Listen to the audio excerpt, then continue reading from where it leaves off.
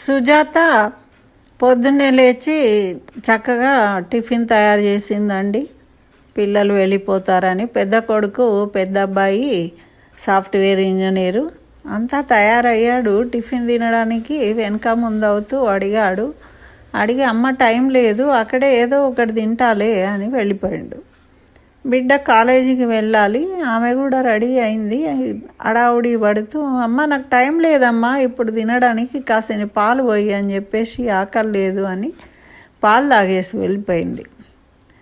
ఇక పాపము ప్రసాద్ ఆమె భర్త ఇక ఏం చేసేది లేక ఏదో కొంచెం పెట్టుమని తినేసిండు.